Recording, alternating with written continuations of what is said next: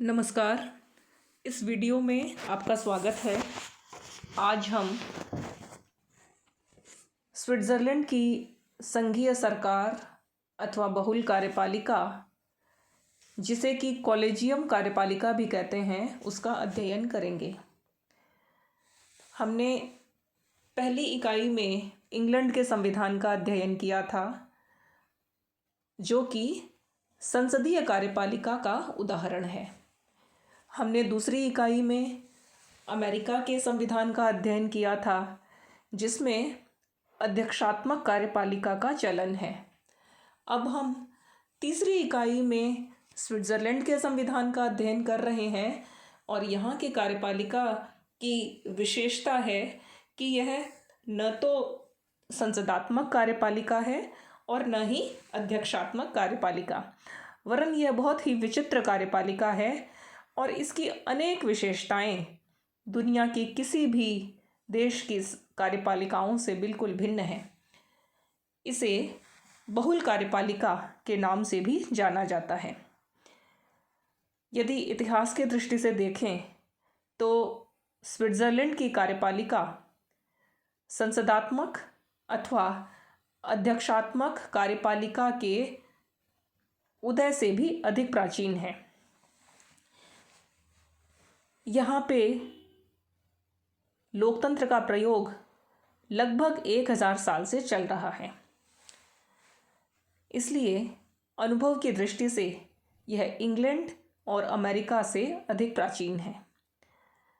Switzerland की संघीय सरकार का नाम नए संविधान में भी वही रखा गया है जो पुराने संविधान में था।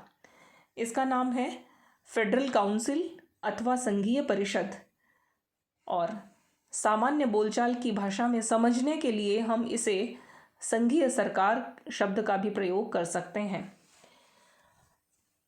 यह किस प्रकार बनी होगी, इसका संगठन कैसा होगा, इसकी व्याख्या अनुच्छेद 175 में की गई है। संविधान का अनुच्छेद 175 ये कहता है कि संघीय सरकार 7 सदस्यों की एक समिति होगी, अर्थात संघीय सरकार में सरकार के अध्यक्ष सहित कुल 7 सदस्य होंगे। संघीय सरकार का जो चुनाव है वो संघीय संसद के दोनों सदनों की संयुक्त बैठक में 4 वर्ष के लिए किया जाएगा। अर्थात जब संघीय सभा का जो निम्न सदन है, जिसे कि राष्ट्रीय परिषद कहते हैं, उसके निर्वाचन के बाद जब पहली बैठक होगी, उस बैठक में दोनों सदनों की संयुक्त बैठक होगी और उसी पहले संयुक्त बैठक में ही संघीय परिषद के सदस्यों का चुनाव अगले 4 वर्ष के लिए किया जाएगा। संविधान में कहा गया है कि इस बहुल कार्यपालिका को समय से पूर्व संघीय संसद भंग नहीं कर सकती या किसी भी तरह से इन्हें समय से पूर्व हटाया नहीं जा सकता। इन 7 सदस्यों में से यदि किसी सदस्य की मृत्यु हो जाती है या वो किसी कारणवश अपना त्यागपत्र दे देता है, तो यह स्थान रिक्त होने पर संसद के अगले अधिवेशन में बाकी रही अवधि के लिए नए व्यक्ति का चुनाव कर लिया जाएगा। संघीय सरकार की यह विशेषता है कि इसके 7 सदस्यों में प्रायः सभी दलों का प्रतिनिधित्व हो जाता है। इंग्लैंड और अमेरिका की तरह यहाँ पर सरकार में केवल एक ही दल के सदस्यों का बाहुल्य नहीं होता, किंतु यहाँ पर राजनीतिक प्रतिस्पर्धा से मुक्त सहयोग का वातावरण रहता है और कोशिश यही रहती है कि सभी राजनीतिक दलों के सदस्य संघीय सभा में स्थान प्राप्त कर लें। संघीय सभा की रचना में यह भी ध्यान रखा जाता है कि वहाँ पर अधिक से अधिक कैंटनों का प्रतिनिधित्व हो सके। राज्य जिन्हें कि कैंटन कहा जाता है, उसमें यह भी परंपरा है कि एक कैंटन से एक से अधिक सदस्य को एक बार में नहीं लिया जा सकेगा। यह भी परंपरा है कि बर्न तथा ज्यूरिख, जो कि स्विट्ज़रलैंड के सबसे बड़े कैंटन हैं, उन कैंटनों का सदैव प्रतिनिधित्व रहेगा, अर्थात एक एक सदस्य हर बार बर्न और ज्यूरिख कैंटन से अवश्य लिए जाएंगे। भाई भतीजावाद और भ्रष्टाचार से मुक्त रहने के लिए वहाँ यह भी व्यवस्था है कि परिवार से जुड़े हुए या रक्त संबंध से जुड़े हुए एक से अधिक सदस्यों को बहुल कार्यपालिका में नहीं लिया जाएगा। स्विट्ज़रलैंड की भाषाई विविधता की रक्षा के लिए और धार्मिक विविधता की रक्षा के लिए यह भी परंपरा है कि विविध भाषा भाषियों और विविध धर्मावलंबियों का इसमें पर्याप्त प्रतिनिधित्व रहेगा। सदस्यों के बार बार चयन के बारे में भी वहाँ यह व्यवहार है कि बहुल कार्यपालिका के सदस्य, जो कि सामान्यतः अपना श्रेष्ठ प्रदर्शन ही करते हैं, वे अपने क्षमता और उम्र के अनुसार 5, 6, 7 बार तक भी उनका बार बार चुनाव होता रहता है। और यही कारण है कि इतनी लंबी समयावधि तक 25 वर्ष 30 वर्ष तक लगातार कार्य करते रहने के कारण उनके कार्यों में विशेषज्ञता आ जाती है, उन्हें शासन करने का अनुभव प्राप्त हो जाता है और वे बहुत ही प्रभावी तरीके से अपने कार्यों का संचालन कर सकते हैं। इस प्रकार रचना की दृष्टि से हम यह देख ही सकते हैं कि स्विट्ज़रलैंड की कार्यपालिका सर्वश्रेष्ठ कार्यपालिकाओं में से एक है। इसकी सभी परंपराएं और इसके जो सभी तरीके हैं वो बहुत ही सकारात्मक हैं। कौन से व्यक्ति स्विस कार्यपालिका के सदस्य बन सकते हैं अथवा उनकी योग्यताएं क्या हैं, इसके बारे में संविधान में उल्लेख है कि राष्ट्रीय परिषद, जो कि संसद का निम्न सदन का नाम है, राष्ट्रीय परिषद का सदस्य चुने जाने की योग्यता उसमें होनी चाहिए। अर्थात वही व्यक्ति संघीय परिषद का सदस्य बन सकता है जिसमें राष्ट्रीय परिषद का सदस्य चुने जाने की योग्यता है। तो फिर राष्ट्रीय परिषद की सदस्यता की योग्यता क्या है, इसके बारे में संविधान में लिखा है कि मताधिकार प्राप्त प्रत्येक व्यक्ति राष्ट्रीय परिषद का सदस्य बनने की योग्यता रखता है और मताधिकार की जो उम्र है वो न्यूनतम 18 वर्ष है। इस संवैधानिक स्थिति का व्यावहारिक प्रयोग यह है कि व्यवहार में राष्ट्रीय परिषद के सदस्यों में से ही संघीय परिषद अर्थात बहुल कार्यपालिका का चुनाव किया जाता है। यहाँ मैं दोबारा आपको बता दूं कि स्विट्ज़रलैंड की जो संघीय संसद, जिसे कि संघीय सभा कहते हैं, उसके 2 सदन होते हैं। राज्य परिषद, जो कि राज्यों का प्रतिनिधित्व करती है, और राष्ट्रीय परिषद, जो कि जनता का प्रतिनिधित्व करती है। संघीय सरकार में जनता का प्रतिनिधित्व करने वाली इस राष्ट्रीय परिषद के सदस्यों में से ही संघीय परिषद के सदस्यों का चुनाव किया जाएगा, किंतु चुनाव दोनों सदनों की संयुक्त बैठक में होगा। एक बार जब इनका चुनाव हो जाता है तो चुनाव के बाद इन संघीय परिषद के सदस्यों को राष्ट्रीय परिषद की सदस्यता छोड़ देनी पड़ती है।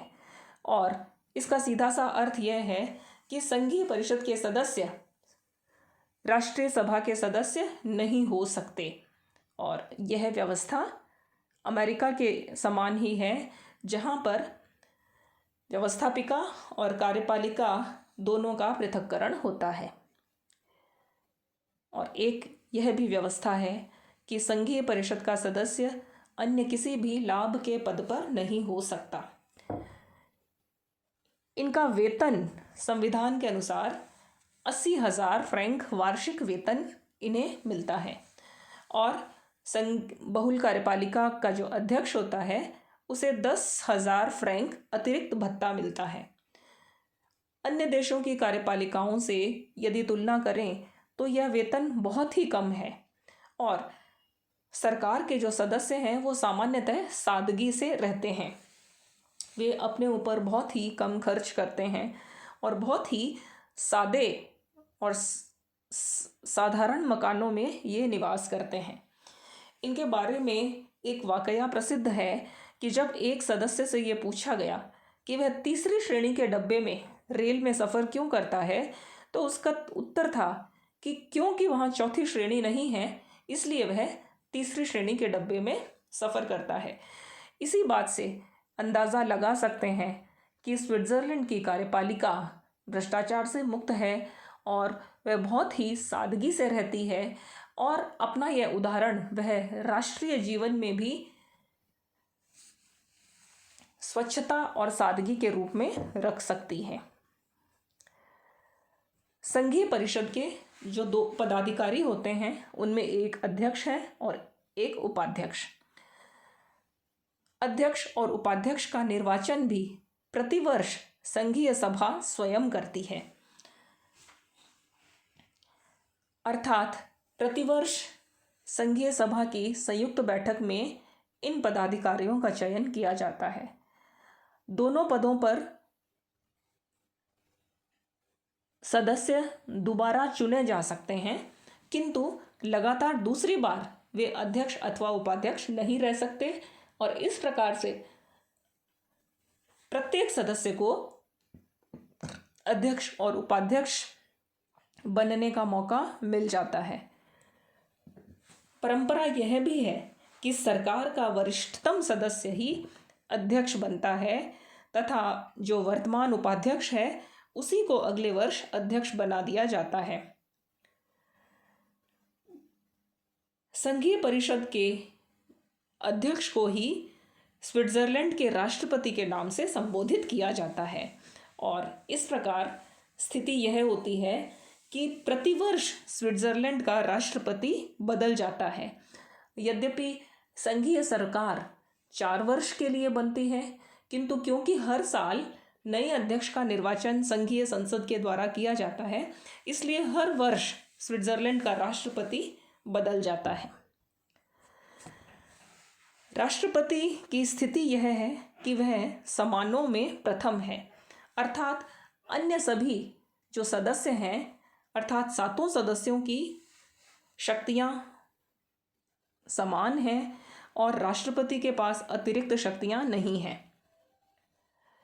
वह केवल अध्यक्षता करने वाला एक औपचारिक प्रधान मात्र है। वह राष्ट्र का प्रतिनिधित्व विदेशों के सामने करता है। वह विदेशों से आने वाले राजदूतों को अपने हस्ताक्षर के साथ माणपत्र देता है। इस प्रकार उसके पास केवल हस्ताक्षर करने की और अध्यक्षता करने की अतिरिक्त शक्तियां मात्र होती हैं। अपनी बैठकों में उसके पास किसी भी प्रकार का वीटो करने का अधिकार नहीं होता। उसके पास विधेयक पर निषेधाधिकार करने का भी कोई कार्य प्रबंध नहीं होता और न ही उसके पास कोई अन्य विशेषाधिकार हैं।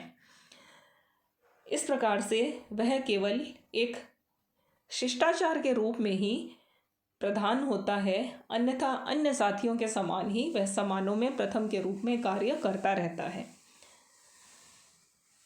संघीय परिषद में यदि विभागों के वितरण पर दृष्टिपात किया जाए तो उसके बारे में व्यवस्था यह है कि स्विट्जरलैंड की संघीय सरकार के प्रशासन में 7 विभाग होते हैं और इनमें से प्रत्येक विभाग एक एक सदस्य के पास आवंटित होता है और प्रत्येक सदस्य अपने अपने विभाग का अध्यक्ष होता है। विभागों का वितरण प्रशासनिक कार्यकुशलता के आधार पर किया जाता है, न कि राजनीतिक महत्व के आधार पर और न ही राजनीतिक दलों के आधार पर। इसका सीधा सा अर्थ यह है कि स्विट्ज़रलैंड में संघीय सरकार के सदस्य बार बार अनेक कार्यकालों तक सदस्य बने रहते हैं और वे जिस भी विभाग को संभाल रहे होते हैं बार बार उन्हें उसी विभाग की अध्यक्षता दे दी जाती है और इस प्रकार से वहाँ पर प्रशासनिक कुशलता और अनुभव का समावेश सहज ही प्रशासन को मिलता रहता है। एक यह भी व्यवस्था है कि प्रत्येक सदस्य किसी दूसरे विभाग का उपाध्यक्ष भी होता है और इस तरह से एक सदस्य को एक साथ दो दो विभागों की जानकारी होती है। अपने विभाग का अध्यक्ष है और अन्य विभाग का उपाध्यक्ष है। इस तरह से उसे अन्य विभागों की जानकारी भी होती है और राजनीतिक दलबंदी नहीं होती, विभागों में समूह भाव बना रहता है। प्रत्येक सदस्य अपने विभाग का संचालन स्वतंत्रता पूर्वक करता है और इस तरह से वह अपने विभाग के बारे में श्रेष्ठ निर्णय लेने के बारे में पूरी तरह से स्वतंत्र है। वह अपने स्वविवेक, अपने अनुभव और अपने विभाग की आवश्यकता को देखते हुए सभी निर्णय स्वयं ही लेता है। उसे अन्य साथियों के दबाव में आकर निर्णय लेने की आवश्यकता नहीं होती। इस तरह व्यवहार में प्रत्येक सदस्य स्वतंत्रता पूर्वक कार्य करता है, किंतु सिद्धांत में संघीय परिषद एक कलेक्टिव बॉडी के रूप में कार्य करती है, अर्थात एक समूह भाव के रूप में ही सभी सदस्य कार्य करते हैं। सदस्यों की संघीय सरकार की बैठकों की यदि बात करें तो इनकी बैठकें नियमित होती हैं और इनकी गणपूर्ति है 4 सदस्य, अर्थात न्यूनतम 4 सदस्यों की उपस्थिति में से ही बैठकें संपादित होंगी और वहाँ पर यह व्यवहार यही देखा गया है कि सामान्यतः सभी सदस्य बैठकों में उपस्थित रहते हैं। सरकार के कार्यालय को सचिवालय कहते हैं और जिसका प्रधान चांसलर कहलाता है। इस प्रकार संघीय सरकार का जो संगठन और रचना है वो बहुत मामलों में अन्य देशों से अलग है और अनोखा है और वहाँ पे सरकार का जो मुख्य कार्य है प्रशासन का संचालन करना, उस दृष्टिकोण से प्रशासनिक उत्तरदायित्व और प्रशासनिक कार्यकुशलता का एक बहुत ही सुंदर समन्वय देखने को मिलता है। वहाँ पर क्योंकि स्विट्ज़रलैंड एक बहुत ही छोटा सा देश है, इसलिए वहाँ पर अन्य देशों के समान बहुत अधिक विभाग नहीं होते और वहाँ पे केवल अत्यंत महत्वपूर्ण विभाग होते हैं, जैसे विदेश विभाग, न्याय और पुलिस विभाग, गृह विभाग, वित्त विभाग, उद्योग और कृषि विभाग तथा रेल विभाग। इन महत्वपूर्ण विभागों के अतिरिक्त वहाँ पर अन्य कोई विभाग नहीं होते। इस तरह से प्रशासन अपेक्षाकृत सीमित होता है और छोटे से प्रशासन पर 7 लोगों को निगरानी रखने का मौका मिलता है। इसीलिए दुनिया के अन्य देशों के मुकाबले में स्विट्ज़रलैंड में राजनीतिक भ्रष्टाचार न्यूनतम है। सरकार के कार्य और शक्तियों का अध्ययन हम अगले वीडियो में करेंगे। धन्यवाद।